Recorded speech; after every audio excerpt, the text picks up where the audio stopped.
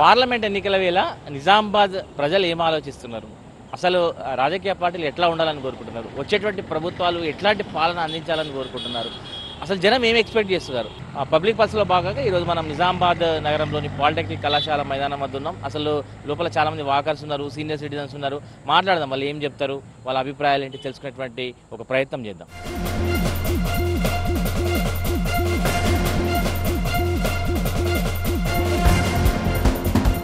Parliament ఎన్నికల వేళ జనం అభిప్రాయం తెలుసుకునే ప్రయత్నం చేస్తుంది V6. ఇందులో భాగంగా వీధిలో పలు కూడల వద్ద జనం ఏమనుకుంటున్నారు, అసలు ఎలక్షన్స్ మీద, పార్లమెంట్ ఎలక్షన్స్కు అసెంబ్లీ ఎలక్షన్స్కు డిఫరెన్స్ చాలా మందికి అర్థమవుతుందా, పార్లమెంట్ ఎలక్షన్స్ మీద అవగాహన ఉందా, జనం ఏమనుకుంటున్నారు, ఎట్లాంటి ప్రభుత్వాలు ఉండాలని కోరుకుంటున్నారు, ప్రజా సమస్యలు ఏంటి తెలుసుకునేటువంటి ప్రయత్నం చేస్తుంది, ప్రజల నాడి తెలుసుకునేటువంటి ప్రయత్నం చేస్తుంది.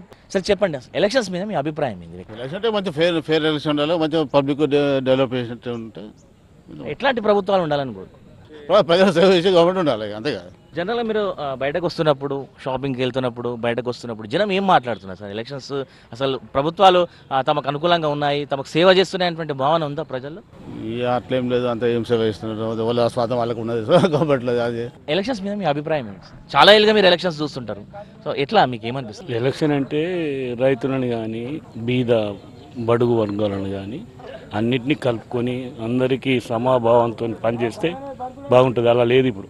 గతంలో ఎలక్షన్స్కి ఇప్పటి ఎలక్షన్స్కి మార్పు కనిపిస్తుందా సార్? గతంలో ఎలక్షన్ అంటే వాళ్ళ ఊళ్ళో ఒక పెద్ద మంది చెప్తే వేసేవాళ్ళు, ఇప్పుడు ఇండివిజువల్ అయిపోయింది, ఎవరి ఇష్టమో వాళ్ళది. నిజంగా ప్రభుత్వాలు ప్రజా సమస్యల పరిష్కారం దిశగా పనిచేస్తున్నాయి? ఏ ప్రభుత్వం అయినా ఇప్పటి వరకు ప్రజల ఆలోచన విధానం బట్టి ఎవరు పరిష్కారం చేస్తలేరు. ఏ ప్రభుత్వం అయినా ఆర్థిక భారం పడకుండా, ఉచిత పథకాలు పెట్టకుండా, డెవలప్మెంట్ కూడా ఆలోచించే ప్రభుత్వమే మేము ఎన్నుకోవాలనుకుంటున్నాం. గత ప్రభుత్వాలను చూసినాము, అన్ని ఉచిత పథకాలు చేసిండ్రు. ఆ ఉచిత పథకాలతోటి ఇప్పుడు వాళ్ళు ఓటమి అంగీకరించారు, అది ఒప్పుకుంటున్నాం. ఇప్పుడు అదే నేర్చుకోవాలి వీళ్ళు, వేరే ప్రభుత్వాలు కూడా నేర్చుకోవాలి. వాళ్ళు ఎట్లా ఉన్న ప్రజల నాడు ఎట్లా ఉంది, దానికి అనుకూలంగా వాళ్ళు ప్రవర్తిస్తే బాగుంటుందని మేము కోరుకుంటున్నాం. ప్రజలకు సేవ చేసే ప్రభుత్వాన్ని ఎన్నుకోవాలని మేము అనుకుంటున్నాం. ఇప్పుడు కేంద్రంలో సాధారణంగా స్టేట్కి సెంట్రల్కి చాలా ఇష్యూస్ ఉంటాయి, చాలా డిఫరెన్సెస్ ఉంటాయి.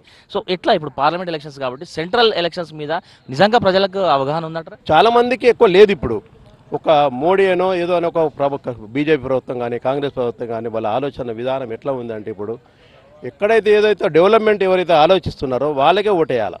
ఏదో మా పార్టీ మీ పార్టీ అని కాకుండా డెవలప్మెంట్ చేసే ప్రభుత్వాన్ని ఎన్నుకోవాలని మేము అనుకుంటున్నాం. సార్ చెప్పండి, ఎలక్షన్స్ మీద మీ అభిప్రాయం ఏంటి, మీ వ్యక్తిగత అభిప్రాయం? ఇప్పుడు మీరే ఉన్నారు సార్, రాత్రికి హాయిగా నిర్భయంగా నిద్రపోవాలంటే మిమ్మల్ని రక్షించే వాళ్ళు ఒకరు ఉండాలి.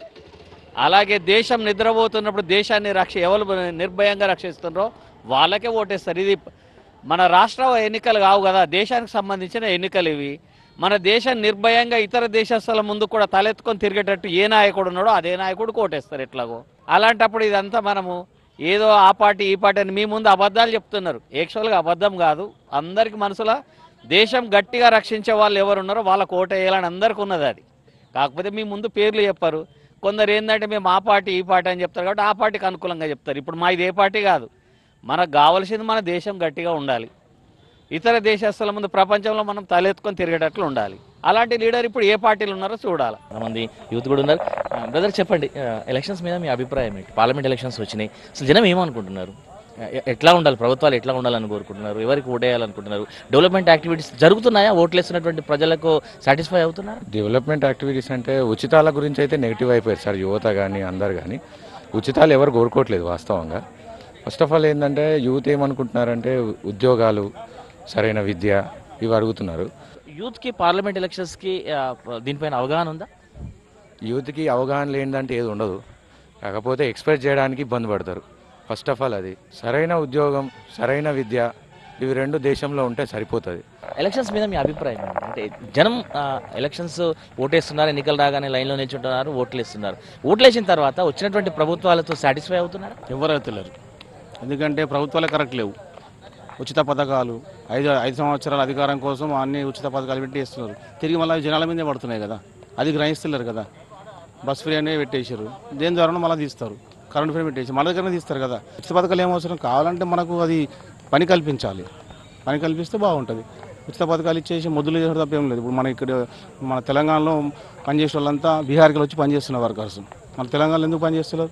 ఉచిత పథకాలకు అలవాటు పడ్డారు. అలవాటు పడి ఏం చేస్తున్నారు? ముద్దులు తయారైపోతున్నారు. ఏ పని చేస్తున్నారు? అన్ని ఉచితాలు వచ్చేస్తున్నారు. ఎందుకు చేస్తారు పని? కాబట్టి మనం పని కల్పించాలి. ఉచిత పథకాలు అనేది బాగానే ఇస్తాను. ప్రజలు ఈ అవగాహన ఉందా సార్? మీరు మీరు చెప్తున్న ఈ అంశం ఉంటే అంతా దాన్ని మిస్గైడ్ చేస్తున్నారు కదా. అవగాహన ఉన్నా కానీ దాన్ని రాణిస్తలేరు పైకి.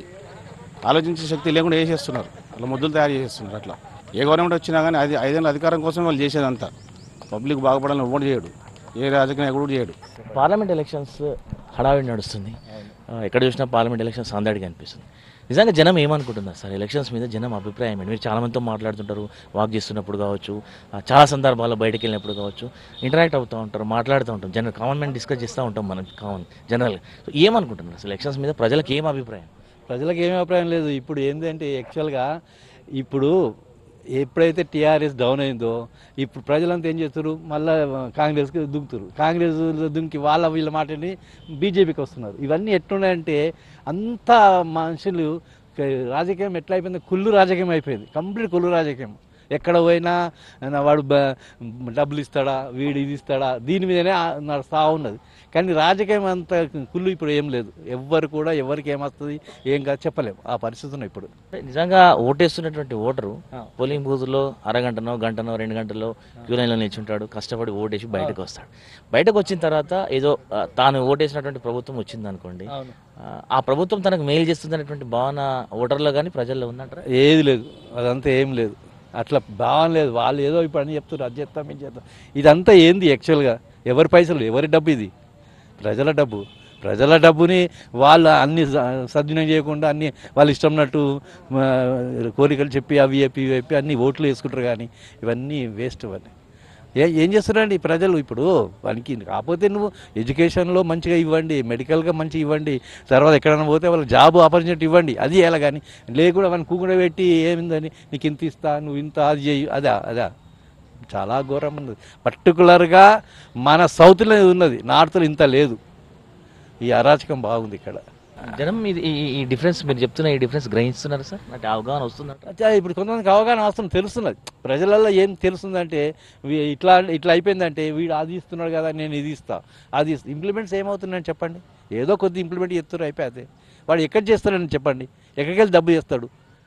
ఇప్పుడు డబ్బు అనేది ఉండాలి కదా, మన దగ్గర వచ్చే ట్యాక్స్ నుంచే వచ్చే డబ్బులతోనే వీడు డెవలప్ చేయాలా. అదంతా తీసుకుపోయి దీనికి పెట్టి దానికి పెట్టి అసలు ఏమవుతుంది చెప్పండి. ముందు ఒక ప్రాజెక్ట్ కట్టాలంటే, ఒక ప్రాజెక్టు ప్లాన్ చేయాలంటే ఇక 1, 2, 3 సైజు కాదు, కొన్ని సంవత్సరాలు పడుతుంది. ఒక సిస్టమేటిక్గా నడుస్తుండే. నేను ఇంజనీరింగ్ చెప్తున్నాను నేను. అట్లా ఉంటుంది. ఒక చిన్న ప్రాజెక్ట్, మైనర్గేషన్ ప్రాజెక్ట్ కట్టినా కూడా ఎంతో టైం తీసుకుంటారు. మేము మీడియా ప్రాజెక్టులు చేసినాము. ఒక దానికి చేయాలంటే కొన్ని సంవత్సరాలు బట్టి దాన్ని ఇన్వెస్టిగేట్ చేసి అది ఎక్కడ యాక్చువల్గా అది కరెక్టా కాదా ప్లేసు చూసి ఇన్వెస్టిగేట్ చేసి సెంట్రల్ గవర్నమెంట్ వాళ్ళు వచ్చి దాని ఫౌండేషన్ ట్రీట్మెంట్ చేసి ఇవన్నీ తయారు చేసి ప్రాజెక్ట్ తయారవుతుండే. అట్లా మళ్ళా వాళ్ళకి ఊర్లు మునిగిపోయిన వాళ్ళకు కూడా ఎంతో ఇది చేసి వాళ్ళ యొక్క ఎవాక్యుయేషన్ ఎక్కడ చేసి వాళ్ళకి అట్లా చేసి. ఇప్పుడు ఏమున్నదండి? వాళ్ళు ముందని కొనిపోయిన తర్వాత చూద్దాం, ముందే ప్రాజెక్ట్ కడదామని చూస్తుంటారు. అన్నీ ఆగం ప్రాజెక్టులు ఇవన్నీ. సార్ ఎలక్షన్స్ మీద మీ అభిప్రాయం? ఎలక్షన్ అనేది ఇంకా చైతన్యం రావాలండి. ఇప్పుడు ఓటేస్తే మారే విధానాన్ని బట్టి జనాల్లో మార్పు అనేది తెలియాలి. తెలిస్తేనే ఓటు అనేది యువకులు అనేది ముందుకు వస్తారు.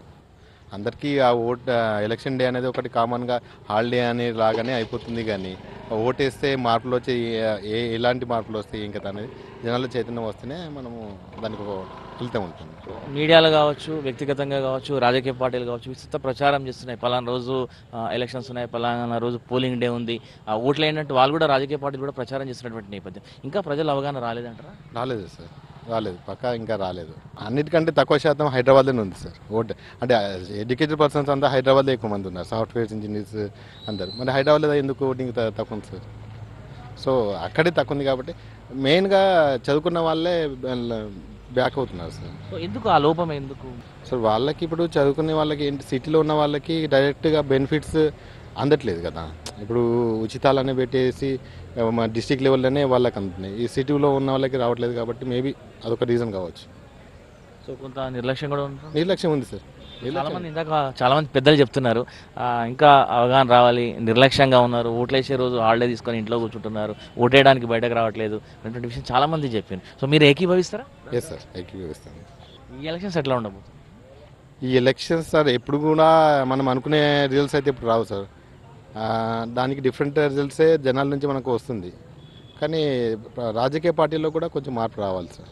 ప్రజలకు ఏం చేస్తే కరెక్ట్ అనేది వాళ్ళకు కూడా తెలియాలి, ప్రజలు ఏం కోరుకుంటున్నారు అనేది. ఇంకో సీనియర్ సిటిజన్ కూడా ఉన్నారు, మాట్లాడు. సరే చెప్పండి, ఎలక్షన్స్ మీరు చాలా ఏళ్ళుగా ఓట్లు వేస్తున్నారు, చాలా ఎన్నికల్లో పోలింగ్లో పార్టిసిపేట్ అయినరు, క్యూ లైన్లో నిల్చున్నారు, ఓట్లు వేసిండ్రు. ఏంటి సార్ అసలు ఎలక్షన్స్ మీద జనం ఏమనుకుంటున్నారు? ప్రజెంట్ ఎంపీ ఎలక్షన్ సిచ్యువేషన్లో మనకు సెంటర్లో దేశాన్ని కాపాడేవాడు కావాలి అనే రిఫార్మ్స్ కూడా చాలా రిఫార్మ్స్ ఉన్నాయి. కొన్ని వీళ్ళు ఇంకా బయట పెట్టలేదు బీజేపీ వాళ్ళు. చాలా రిఫార్మ్స్ వచ్చినాయి, చాలా రిఫార్మ్స్. 370 అంటే బాగా పాపులర్ బాగా అయింది కాబట్టి తెలిసింది అందరికీ. రిఫార్మ్స్ ఇంకా చాలా వచ్చినాయి. ఇంకొకటి ఏంటంటే sir, eradicate corruption in elections, అది మెయిన్ కావాలి. రూరల్ ఏరియాలలో పైసలు తిరుగుడు బంద్ కాకపోతే గిట్లనే ఏడుస్తూ ఉంటాం ఇంక 50 ఏళ్ళ దాకా కూడా. రూరల్ ఏరియాలో అసలు పైసలు దొరుకుతున్నాయి. ఎంపీ ఎలక్షన్లో, ఎమ్మెల్యే ఎలక్షన్లో దొరికినాయి పైసలు, ఇప్పుడు దొరుకుతలేవు. అందరూ ఆడ అబ్జర్వర్లు పంటుండ్రాడ చౌరస్తాల మీద. ఒక్క పైసలు ఏం దొరుకుతున్నాయి అంటే ఏం దొరుకుతలేవు అంటున్నారు. ఏందో corruption must go from the electioneering దీంట్లో. ఇంకోటి ఏంటంటే ఈసారి మంచి టీం వచ్చింది. ఏది ఎలక్షన్ టీం చాలా మంచి టీం ఉన్నది, సెంట్రల్లో కానీ స్టేట్లో కానీ. పటాపట్ యాక్షన్. ఇప్పుడు బోగస్ ఓట్లు 5-6 లక్షల ఓట్లు తీసేసి ఆంధ్రాలో, మజాక్ కాదు, అర్థమైంది సార్. ఇంకోటి ఏంటంటే ఈడ కూడా చెక్కింగ్ చాలా బాగుంది, అర్థమైందా. సో ముందు ఇంకో ప్లేస్ కూడా ఉంది, ఇంకో చిన్న చౌరస్తా ఉంది పక్కనే, ఈ గ్రౌండ్ పక్కనే. సో అక్కడికి వెళ్దాం, అక్కడ కూడా జనం ఏం చెప్తారు, వాళ్ళు కూడా వాళ్ళ అభిప్రాయాలు ఏంటి తెలుసుకునేటువంటి ప్రయత్నం మనం చేద్దాం.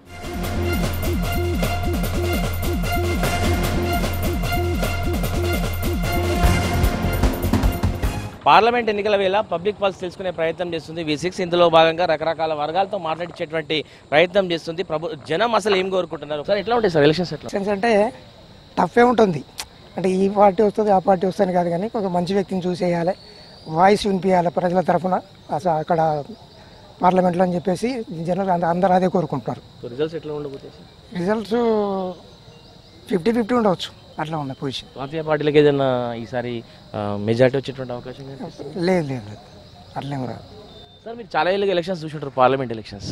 మీరు ఏమనుకుంటున్నారు సార్? అసలు మీ ఒపీనియన్ ఏంటి ఎలక్షన్స్? సార్ మేము అనుకునేది ఏం లేదు, అందరం ఓటు హక్కును వినియోగించుకోవాలనుకుంటున్నాం. ప్రతి ఒక్కరం పౌరులుగా, భారతీయ పౌరులుగా ఓటు హక్కును వినియోగించుకోవాలి. ప్రాంతీయ పార్టీల, జాతీయ పార్టీలు అన్నది కాదు, 3 పార్టీలు కూడా సమ ఉద్యోగులుగా ఉన్నాయి మన దగ్గర. ఈ పార్టీ ఆ పార్టీ అన్నట్టు ఏం లేదు, ఓటు హక్కును మాత్రం వినియోగించుకుంటాం. సార్ చెప్పండి, ఎట్లా ఉండబోతున్నాయి ఎలక్షన్స్?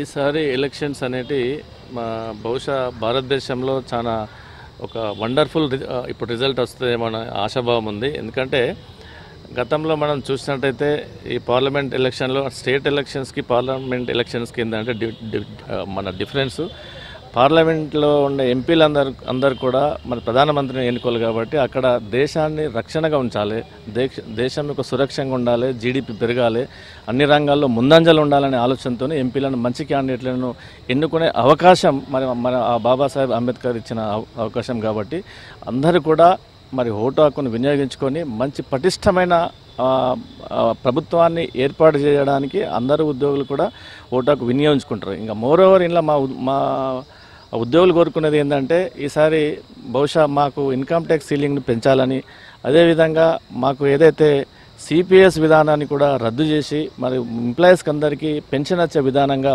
ఇంప్లిమెంట్ చేసే ప్రభుత్వాన్ని ఎన్నుకోవాలనే ఆలోచనలో ఉన్నాం. పార్లమెంటు స్టేట్ ఎలక్షన్స్ వచ్చేసరికి స్టేట్ పాలసీలు, సెంట్రల్ పాలసీలు ఉంటాయి. సో ఉద్యోగస్తులు ఏమనుకుంటున్నారు ఈ అంశం? ఈ ఉద్యోగస్తులు కోరుకునేది ఏంటంటే మాకు స్టేట్కు సెంట్రల్కు డిఫరెన్స్ ఏంటంటే సెంట్రల్ నుంచి మాకు కావాల్సింది ఒక సిపిఎస్ విధానం. స్టేట్లో మేము ఇక్కడ పనిచేస్తున్నాం కాబట్టి స్టేట్ ఉద్యోగులుగా ఈ ప్రభుత్వం నిర్దేశించిన ఆదేశాలకు అనుకూలంగా పనిచేస్తాం.